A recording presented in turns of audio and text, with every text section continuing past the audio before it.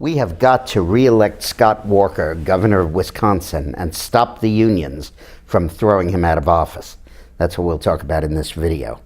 This is the second most important election of 2012. We all know what the most important one is. But frustrating the attempt to recall Scott Walker and kick him out of office in retaliation for his education reforms and labor reforms really is the second most important election. Remember what Scott Walker did. He had the temerity to ask that public employees pay a small percentage of the cost of their own health insurance, much smaller than in the private sector, and that they contribute a little more to their pensions, again, much less than in the private sector. He also provided that teachers' unions could negotiate wages and benefits, but they could not negotiate class size and union rules and merit pay and tenure and all of those other things that get in the way of good education. The results have been wonderful.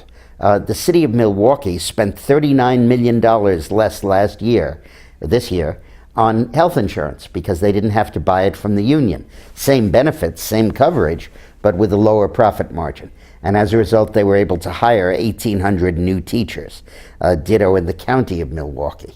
And Wisconsin's credit rating has improved, making it one of the only states in the United States to have an improved credit rating over the course of the last year.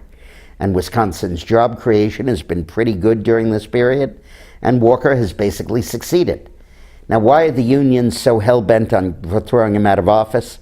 Because one of the provisions in his bill said that the state will no longer automatically deduct union dues.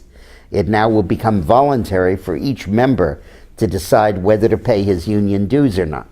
And the result has been that donations or union dues to the teachers' union has fallen off by half, and they've had to lay off half of their staff.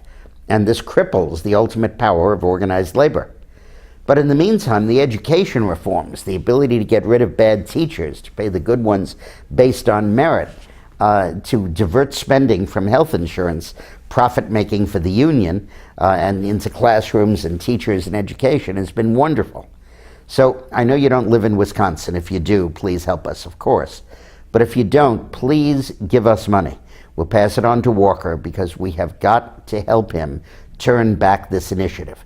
If the unions can get rid of Scott Walker, no governor is going to take them on. But if Scott Walker defeats the unions, as he may be able to do, particularly by a healthy margin, that will send a message all across the country to go ahead with these reforms and really to cripple and block the power of organized labor to distort our school system, hold back educational attainment, and also, by the way, to subsidize the Democratic Party. Thanks a lot for watching.